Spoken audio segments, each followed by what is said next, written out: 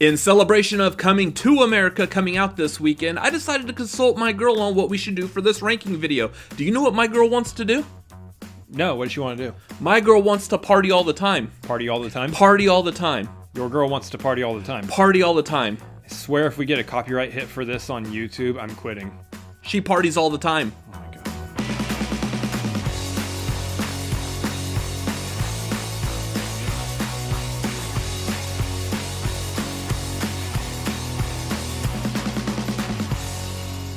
What's going on, guys? We're the Cinefanatics. My name is Chris Adams. And I'm Robert Adams. And today we're doing a ranking of Eddie Murphy movies. You could probably tell that from the song at the beginning, but we're just going to jump right in here anyway. In celebration of coming to, it's very important that you flash up the two, coming to America.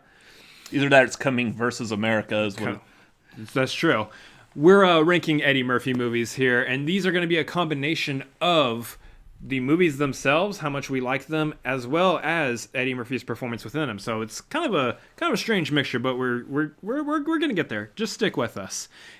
By the way, we will be having a review for Coming to America on this channel. So make sure you are subscribed. That way you will not miss it when it drops. Also, down below is the comment section. Feel free to leave a comment as to whether or not you feel like our ranking matches yours or doesn't, and you want to yell at us. You can do that down below. And if you're going to yell at us, make sure you're also hitting the like button as well. Let's get into this thing. Coming in at number 10 is Harlem Nights. Now this movie's pretty significant for a major reason. This is the only movie that Eddie Murphy has directed, written, and starred in. It's a throwback to your nice, like, gangster mob era type movies, but with some comedy mixed in that he plays off of Richard Pryor. Basically, Richard Pryor is his father in this movie. It's a pretty decent movie. It does very well. It has a lot of good laughs. Very entertaining.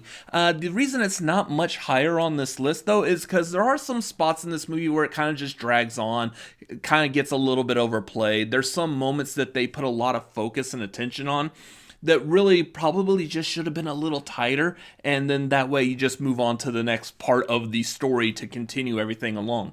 Otherwise, this movie is phenomenal. I thought it was very well done, given the fact that it, again, Eddie Murphy directing, writing, and acting in it was pretty top-notch given that scenario, and yeah, definitely worth a watch. Richard Pryor and Eddie Murphy, Battle of the Stashes. At number 9, it's Dr. Doolittle. Yeah, Doolittle's on this list, that's right. But just know, it didn't do a little, it did a lot. Oh yeah, that's right, sit in it. No, this is a great movie because it's a heartwarming tale spun off of children's books from way back in the day. There was one other notable adaptation of it. It was a Rex Harrison starring movie back in 1967. It was actually a musical, believe it or not, and he wrote a snail, but there's no snail writing in this movie, unfortunately. This movie is Eddie Murphy's playing a veterinarian who can talk to animals, and in the process of knowing that, has to try to convince everybody else that he can, but he's also trying to save a circus tiger. He's sick, the tiger's sick, he's a veterinarian, that's what his job is. But it's just fascinating how Eddie Murphy was able to take this movie, take the comedic chops necessary to provide just a lot of fun to this role, and really, really give us a solid, fun little family film. I really enjoyed it. I thought it was a ton of fun. But if you are going to watch Dr. Dolittle, I would recommend that you stop at just that movie and don't continue on with its sequels.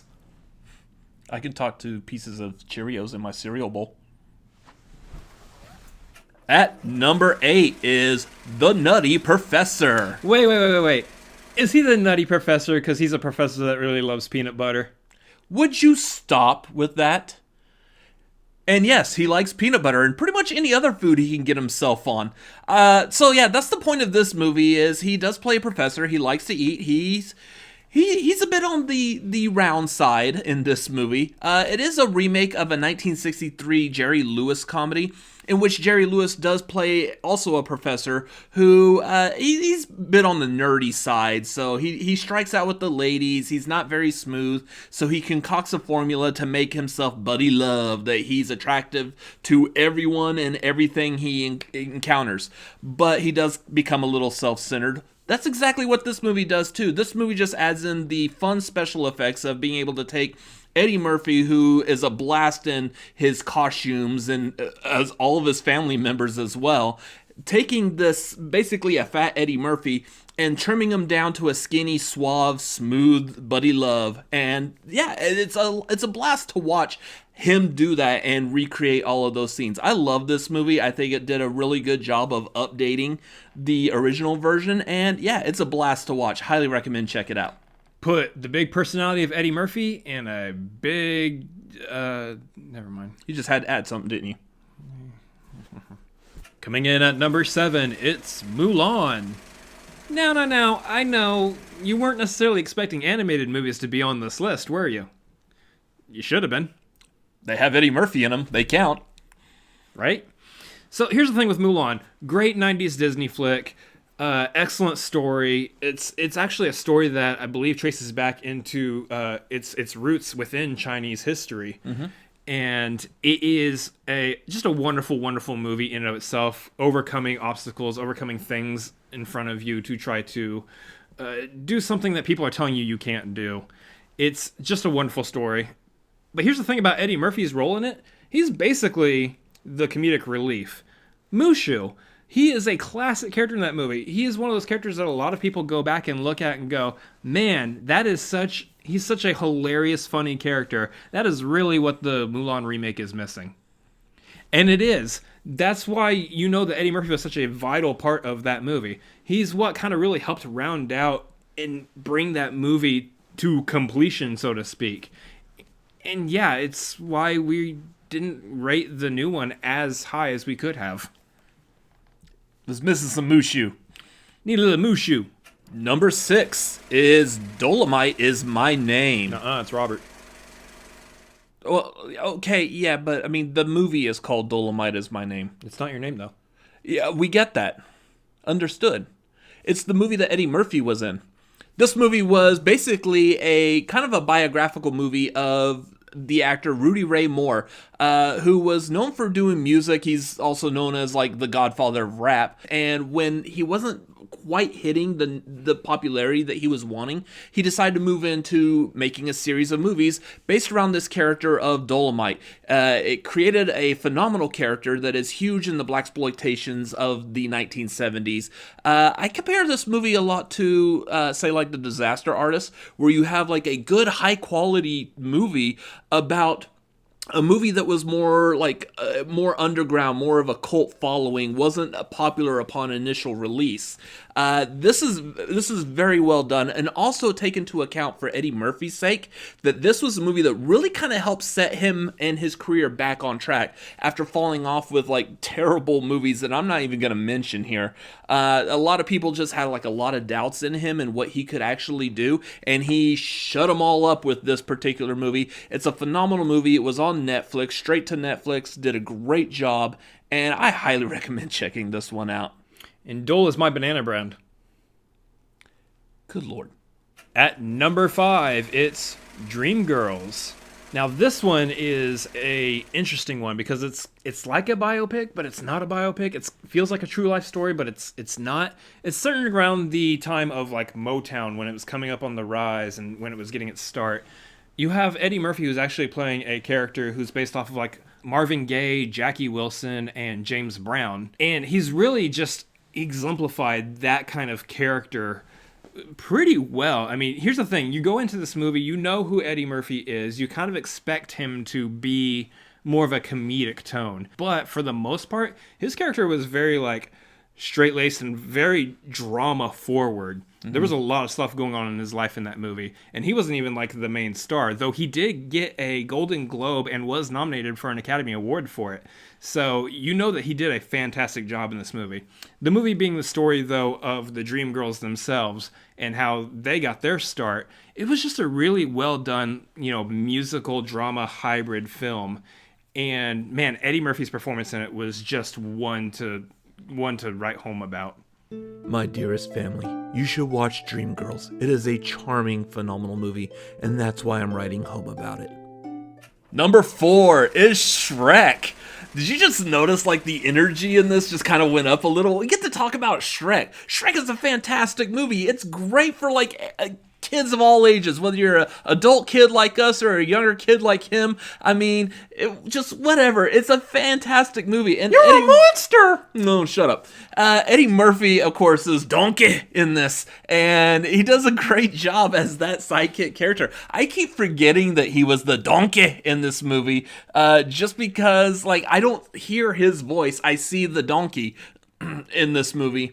And that paired with Mike Myers as Shrek, that is a fantastic comedic team. I love this movie. It plays and hits every single beat that I want a good like slapstick knockoff of like children's fairy tales, making fun of Disney princess tropes left and right. Just, it's a solid movie. Absolutely love it. Everyone's seen it. There's nothing I need to tell you to convince you to go see it. Just watch it again and laugh and have a good time. That's what it's there for.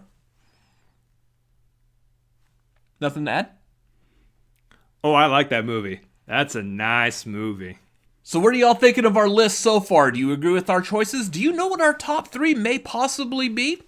Who knows? Stay tuned to find out. But real quick, I want to let you know about our Patreon. We are at patreon.com/Cinefanatics. Make sure you hop on that Patreon for all the fun, cool things we have going on, including a watch-along. We just did a watch-along for the first Coming to America movie. That's up there right now for your viewing pleasure at the Dude tier. So make sure you hop on that. We also do things like movie trivia nights where we try to quiz each other and other Patreon members. It's a lot of fun. You'll want to be a part of those as well. You also get bonus content like what happens when we're done with these ranking videos. You get to see our behind the scenes conversation, bloopers, a lot of fun stuff there. Plus, you could hop on our Discord. We're building a movie loving community over on our Discord. Just hop on the Patreon at any tier. That access to the Discord will be yours. So hop on that Patreon, patreon.com/Cinefanatics.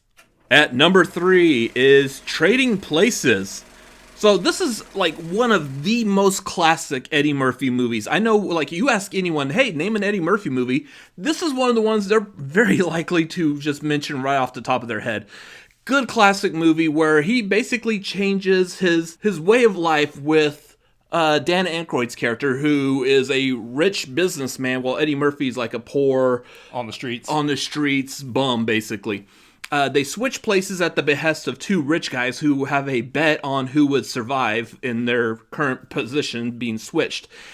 Great movie, great premise, a whole lot of great comedy. I love this movie so much. Yeah, and the great thing also is that you've got both Eddie Murphy and Dan Aykroyd, who are both on SNL, and kind of what they're using and what they've learned from SNL playing off of each other in this movie. It just makes it a lot of fun. Now, there's definitely certain aspects of this movie that don't hold up so much anymore, and take or leave those aside, the rest of the movie is still a classic comedy. It's what you come to expect with Eddie Murphy. And honestly, the part that I really enjoy is when they get into that kind of like revenge motive there towards the end of the movie. It's a really great movie. Hey, I got a water bottle over here. I'm thirsty.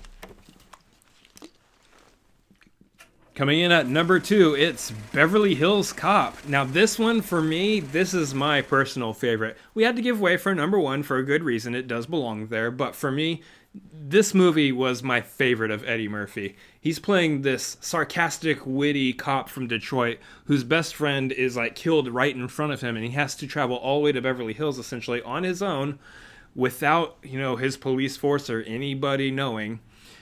And he's on his own trying to hunt down and pursue the killers of his friend. And just the hijinks and everything he gets himself into, while also being like a super intelligent, super smart cop who knows what he's doing and having to play off the police force in Beverly Hills. It's just a ton of fun. A lot of like really great aspects of Eddie Murphy's comedy comes through in this movie, including that laugh that he does like 40 plus times. I can't do his laugh. I shouldn't even try, honestly.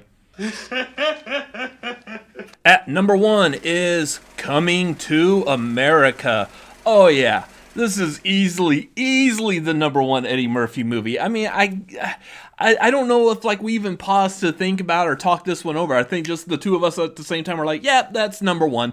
There's a reason. This is a classic. This is super classic movie. I used to watch this all the time when I was younger. Like, this would be the movie I would turn on in the middle of the day watch it from wherever it was at and just continue watching it. For a while there, I never saw the beginning of this movie because that's the only way I was able to watch it, was just in the middle of the movie already playing. To be fair. But it's such a good movie. It hits like so many different comedic levels, and I absolutely love it. Yeah, and then you have his chemistry with Arsenio Hall, which that's a duo that kind of tops all charts right there. I love the cast in here that works with Eddie Murphy. I mean, James Earl Jones is his father. Come on, that's great stuff. I mean, you got essentially his parents are Mufasa and Sarabi. They actually are. They literally are. Check the IMDb voice cast. That's what you get, though. When you get these like classic Eddie Murphy movies, you get him working well with other great comedic actors, other great actors in general. And Coming to America is no exception. Absolutely. This is such a good comedic movie. This was the second time that Eddie Murphy worked with John Landis, who was known for doing a lot of good movies throughout the 80s. So definitely deserves to be on the very tip-top spot on this list. Happy to have it there. What did y'all think of it? Y'all let us know down below. What did y'all think of this list overall? Were your opinions on here? Or did you have some other ones that would rank a little bit higher? Did you put The Adventures of Pluto Nash or Norbit on this list? Why? Unsubscribe from our channel. No, don't have to go that far. You're entitled to your opinions. Consider it. Just like we're entitled to ours. So let us know down below in the comments what you thought of this ranking. Also, make sure you like, comment, subscribe to this video. Come on back for Tuesday nights at 9:30 p.m. Central Time for The Tagline. That's our flagship show where we talk about movie news and all kinds of movie in and outs going on. It's a lot of good fun. Come back Tuesday nights, 9:30 p.m. Central Time, The Tagline. And as we mentioned before, make sure you jump on our Patreon. There's all sorts of cool stuff. Like we said, there's that Coming to America watch along. Great stuff on the Discord, all sorts of fun things that you can get on there, as well as some behind the scenes that you're going to get right after this video. So you want to jump on that. Also, don't forget to come back to this channel. We will be doing a review for Coming to America when that drops. So come back. Hit that notification bell to let you know when that comes available. You can also like this video. Hit that like button down below. Make sure you share this with your friends. Say you like our stuff. Show it to them. Let them see it so they will share it to their friends. And that's how this gets spread. We're a pyramid scheme. Exactly. Anyways, make sure you like, share, comment, all that fun stuff. And don't forget to subscribe. You can subscribe by hitting the button down below or hit the button up there above our heads. Over here off to the side are a couple other videos that we have made. And as always, I'm hungry. I want some McDowell's. Big Mix do sound good tonight. Big Mix. Oh yeah. Later. See ya.